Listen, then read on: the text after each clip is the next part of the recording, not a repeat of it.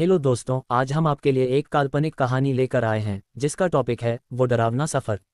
तो चलिए हम अपनी कहानी शुरू करते हैं। कुछ रहस्यमय घटनाएं या सफ़र जिन्हें सिर्फ वही मान सकता है जो उसमें खुद शामिल हो या फिर वह जो कभी उन्हें लगातार सुनते आया हो। ऐसी घटनाएं जीवन पर्यंत मन में एक रहस्यमयी रोमांच, डर और चर्चा का विषय बना होता है। कुछ ऐसा ही हमारे साथ उन दिनों हुआ जब हम सभी कक्षा 12वीं के विदाई समारोह के लिए प्लान कर रहे थे। तभी अचानक हम में से किसी ने सोनपुर के किलों के बारे में बात की। सुना था कि वहां का पूरा परिदृश्य बड़ा ही मनमोहक है। झरने, पर्वतीय इलाके और कल कल की बहती नदी के साथ पक्षियों के मधुर स्वर से वह बात वातावरण और भी मनमोहक नजर आता है। ये सुनकर सभी एक रोमांचक परिकल्पना में गोते लगाने लगे और सभी ने प्रिंसिपल से जाकर अपने स्कूल के अंतिम वर्ष की विदाई समारोह की जगह पिकनिक पर जाने का अनुरोध किया, जिसे वह मना ना कर पाए।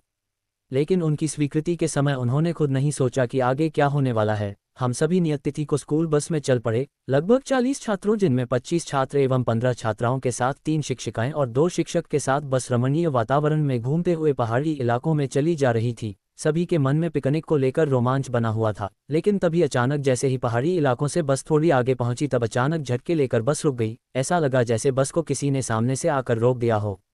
ड्राइवर ने बड़ी मुश्किल से बस कंट्रोल किया और उतर कर देखा और बोला, सर लगता है बस के टायर में कुछ प्रॉब्लम है, मैं देखता हूँ, आप लोग थोड़ा विश्राम करें। चूंकि थोड़ा मैदानी इलाका आ चुका था, सभी बस से उतरकर फोटो लेने लगे, क्योंकि वह भी कोई पिकनिक स्पॉट से कम नहीं था। तभी हमें किसी ने आकर बताया, यहाँ पास ही एक सुंदर मेला लगा होता है। हम सभी पहाड़ पर मेले को लेकर और भी उत्साहित हो उठे। हम सभी उसके साथ बस ड्राइवर को बस उस जगह पर लाकर लाने को कहा कर उस अनजान के साथ चल पड़े। कुछ कदम चलने के बाद ही हमें वहां पर बड़ा सा मेला और बस्ती देखी, जहां का परिदृश्य बहुत ही सुंदर था। हम लोग ने निश्चय किया कि अब किले पर ना जाकर यहीं से पिकनिक मनाकर लौट चलते हैं और सभी अलग अलग समूह बनाकर मेले में घूमने लगे। पूरा दिन मेले में घूमना और तस्वीर खींचने में हमने बिताया। तभी इस दौरान किसी को भी समय का ख्याल नहीं रहा।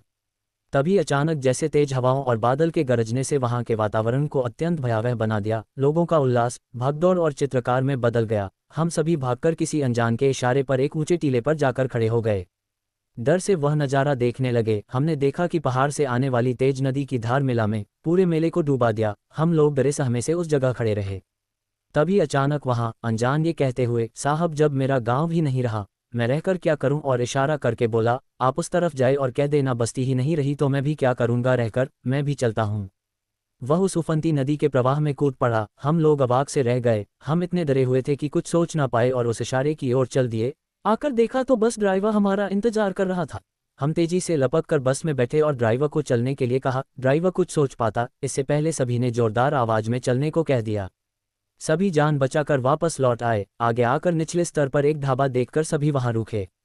वह लोग जैसे हमारी स्थिति को भाप गए। हम कुछ कह पाते उसके पहले ही वे आपस में बातें करने लगे और सबको तुरंत पानी पीने को दिया। वहां अचानक फकीर सा दिखने वाले व्यक्ति ने आकर हमको एक नज़र में देखा और बोले, हो आए मेले से डूब गई बस्ती, अच्छा नसीब लेकर आए हो कि मैंने समय पर देख लिया, नहीं तो आज कोई लौट कर ना आता। हम सब ये सोचकर हक्का बक्का थे, भला ये सब बातें ये कैसे जानते हैं, हमें बताया ही नहीं। लेकिन तभी हमने गौर किया, ये वह व्यक्ति था जिसने हमें वापसी का रास्ता दिखाया था। तब हमें वहां मौजूद ग्रामीणों ने बताया कि वह बस्ती वास्तव में 20 साल पहले ही बह चुकी थी और आज भी वहां के लोग मृत आत्मा अपनी खबर दूसरे गांव को देने के लिए तरसते हैं। तभी सबने अपने अपने कैमरे की तलाश जारी की और गांव वाले को दिखाना चाहा।